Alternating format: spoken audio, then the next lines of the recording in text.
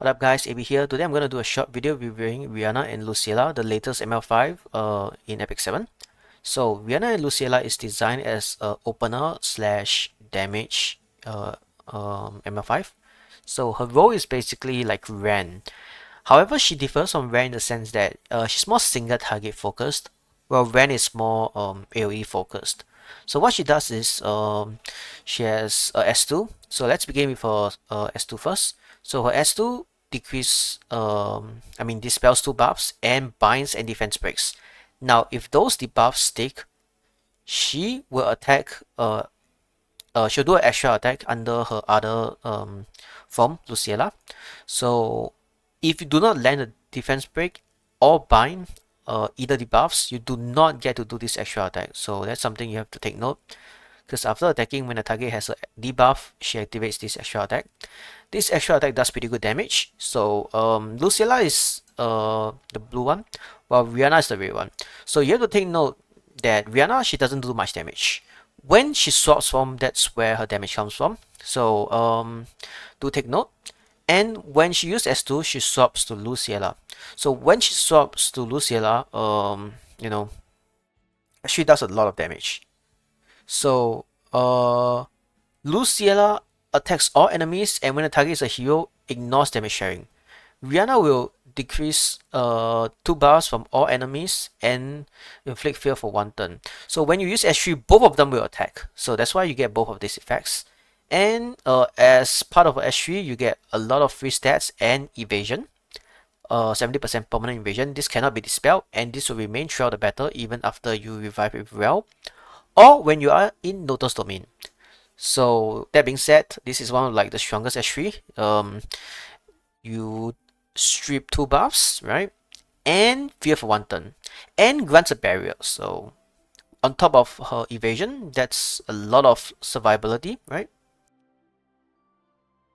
So once you use S2 into S3,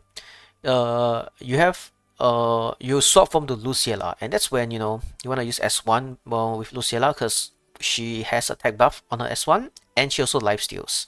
So she has pretty good sustain. And once you get your S2 cooldown up, you want to repeat the process, right? So that's how you play her. So she's a single target DPS opener unit that has an extra turn, which means she can proc power. She can proc extra turn units like Robin, Saria, stuff like that. But yeah, without further ado, let's showcase her in normal arena. Okay.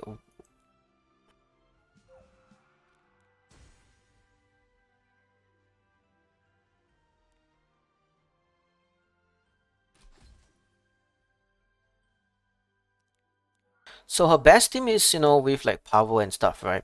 Although these guys are very good defense against power, so we'll see how it goes. Definitely want to use Furon here. Furon, power, Saria maybe.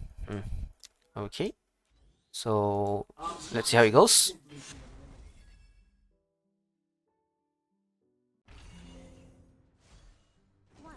So you want to open up with a Soban here. Although she do get, she do get like effectiveness, right, of her skills.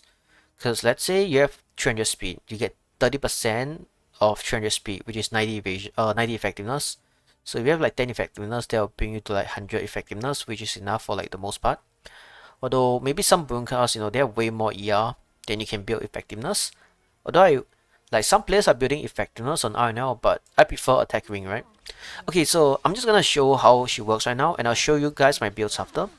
So basically, you summon this. Okay, Huayang procs. Let's hope she doesn't go into any of my follow-ups. Okay, that's fine. So she gets the extra attack. So as you can see, the damage is pretty good.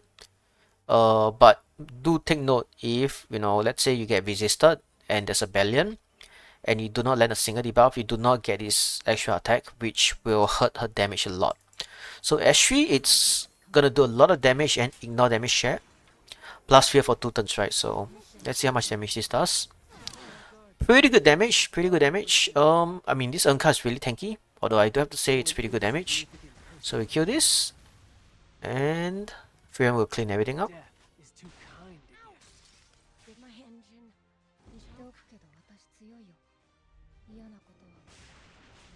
So now that she's in S1 form, so you might think, is she a S2, S3 bot? No, because her S1 does a lot of damage too.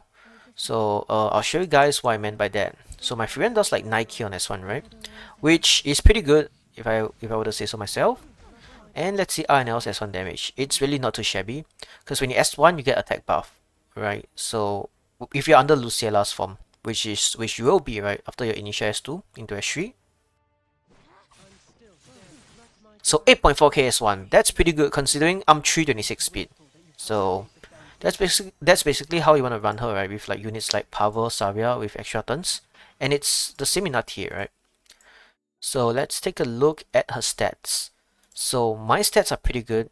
I have her at 326 with like pure DPS gear. Although I do have like some health and some defense on her, because bulk on her is not totally a waste.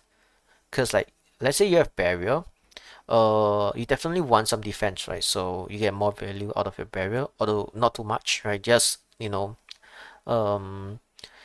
some bulk will do. You do not want to lose too much bulk for damage. Like her damage is really good, so definitely do not want to be losing way too much damage for bulk. So whatever bulk you can get on her, you know, it's not a waste compared to like the other DPS units like Furion, right? So that's something you have to consider too. Do not you know, mod 9% defense off of flat attack. It's not worth it. For my ring, I do not have a choice because it came with flat attack. Otherwise, I'll mod this to defense or HP, right? I could do, I could use some health here or defense here, but flat attack is pretty good on her. Considering the fact that, her flat attack is low. But when I have the gem, I'll probably mod it to defense or health, honestly. In this case, 9% defense is better here. I do not want to go 9% crit damage, because you guys have to realize that she has 100 free crit damage, right, from her S3, one butterflies after dream. So at the start of the first battle, increases her Luciella's crit damage by 30% of speed. So one thing you have to consider, the blue girl, she gets the crit damage. The red girl gets the effectiveness. So when you're on Rhianna, your S1 is not doing that much damage, because it's mainly gonna, proc erosion, and her S1 is doing like a tiny bit of damage. But when you have Luciella, you get the crit damage buff from butterflies after dream, your unique effect, and you do a lot of damage on your S1 because you have attack buff. And on top of, the lifesteal, so you get to sustain, right? So that's why, for Rhianna and Luciella, you want to build her as a top speed mini bruiser. You do not want too much stats on defense and attack, but having some of them is still good. Although I would not cross, like, by mini bruiser I mean like, 10k health, 950 defense, that's fine. You do not want her to be like 800 defense, 8k health, right? Like with Torrent or something. I don't like those Torrent INL builds, because if you have that squishy, Furion units like RB, they can just kill you through, miss, right? So you kind of want some bulk, but not too much either. At the cost of damage, obviously. So I think that's all I have for you guys today. She's definitely a must pull, if I were to be honest. She's really good in RTA, she's really good in Guild Wars, and her gear requirement, I would say it's not as high as units like Ran, right? Because she gets a lot of free crit chance. She has a crit chance imprint, and she gets, free stats, right, from crit damage and from one butterflies after dream, she gets like 100 effectiveness and 100 crit damage, which is why I have 240.